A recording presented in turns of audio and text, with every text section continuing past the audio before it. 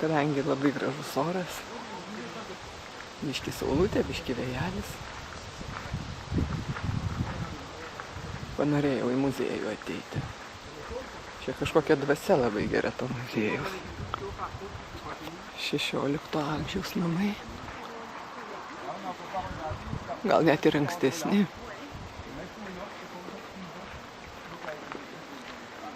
Kiaulius miega tenai. Vasaros metu čia jos. O, kokie margi. Pusė juodas, pusė rūžavas. O dėgytė tik judina ir ausytės. Tai va, čia Maihaugenas toksai labai gražus muziejus.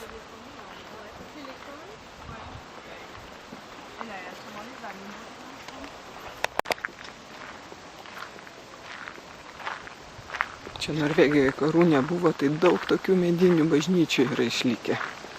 Šitą į muziejų atgabena, bet labai daug kaimuose ir toliau stovi kalnuose. Va tokio va gražumo. Čia va kitos sodybos imitacija. Tiksliau, ne imitacija, perkeltos čia jos visos yra. Čia tikriausiai perkeltos sodybos. Surinko iš Kaunų prieš 100 metų.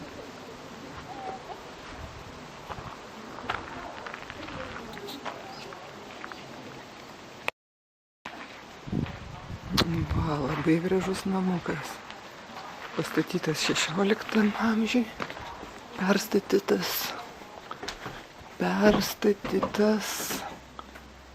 17 amžiaus pabaigoje. Židinys koksai galingas. Lova kaip visada trumputė. Tai čia va vienas kambariukas. Čia priengis grįstas akmenimis, o ten medinės lentos. Ten kitas kambariukas. Ir vėlgi labai didelis židinys. Toks kaip pilyse, kad būdavo.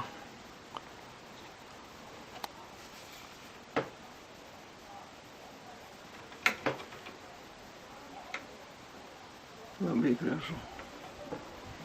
Tai va šitaip gražiai anksčiau žmonės gyveno. O tie jų stogai, iš tikrųjų, jie nevėsų, laukia karštis. Bet tai, kad jie turi tuos stogus, labai gerai apsaugo nuo saulės, nuo karščio. Kalnuose turėdavo gerokai čia jos kaitinti.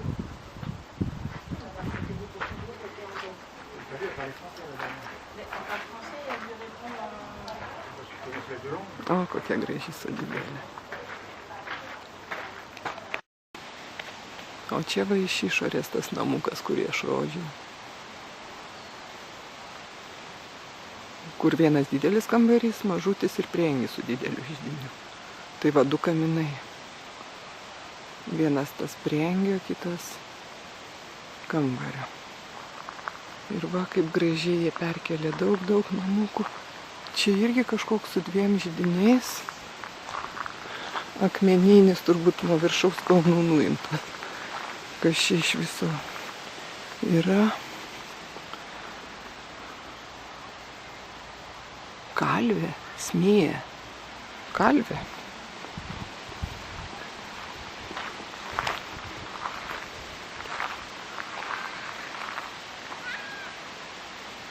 Turbūt, nežinau.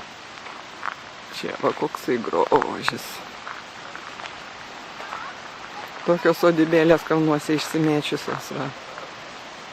Atšiauriausiam. Ten kitais laikais pas jos ubogynas buvo visiškas. Žiaurios gyvenimo sąlygos.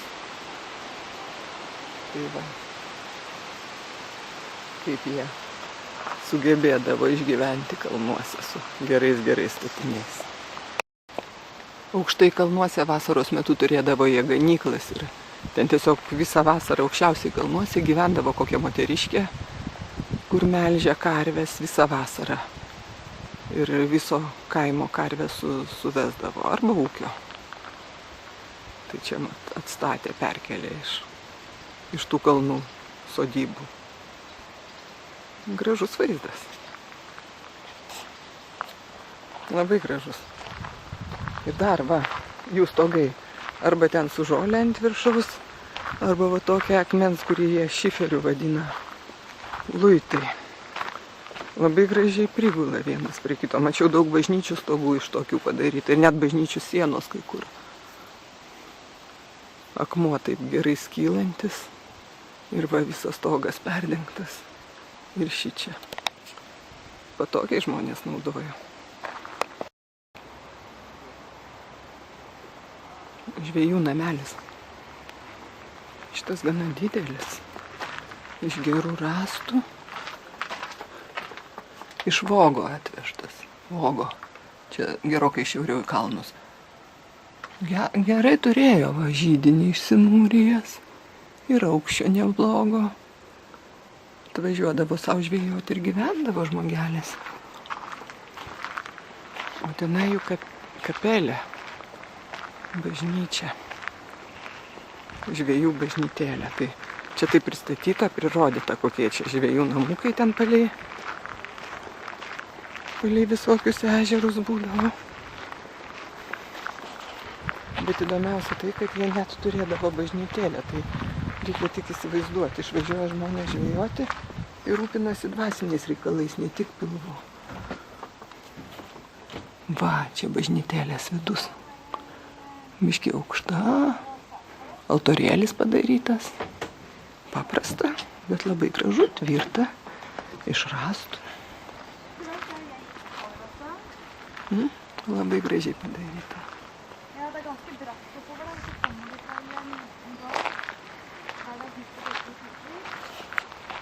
Labai gražu į tą senovę pažvelgti. Man net kažkaip atrodo, kad žmonėms net geriau gyventi tada būdavo. Viskas taip paprasta ir aišku. Namą pasistatai, židinį pasikūrei, žuvį pasigavai, karvę pamelžiai, viskas, visi rūpesčiai. Juokauju. Oi, kokia koplyčia. 1629 metai. 2 įėjimai. Va vienos durys atidarytos. Pabandysiu eiti, tik čia tamsu labai. Koplytėlė, kaip koplytėlė. Viskas paprastai. Rąstinis namukas. Ten tipo altorėlis kažkoks tai. Čia turbūt švestam vandeniui uzbonėlis. Suoliukai. Oi, kokio grožio. Matosi lubos ornamentuotos. Ir sienos. Ar išrėžti ornamentai. Jo, šiokia tokia šventųjų paveiksliukų. Jo, truputį amžius čia. Koplytėlė savo. Gražutėlė. Nieko savo. Labai gražu.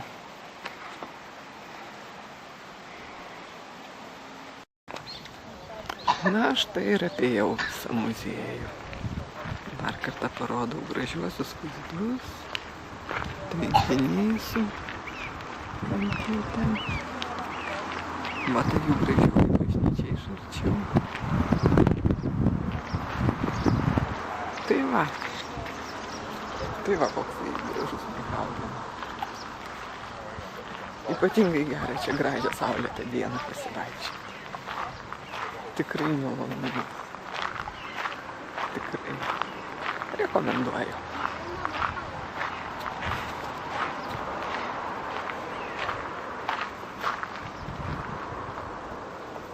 Ate.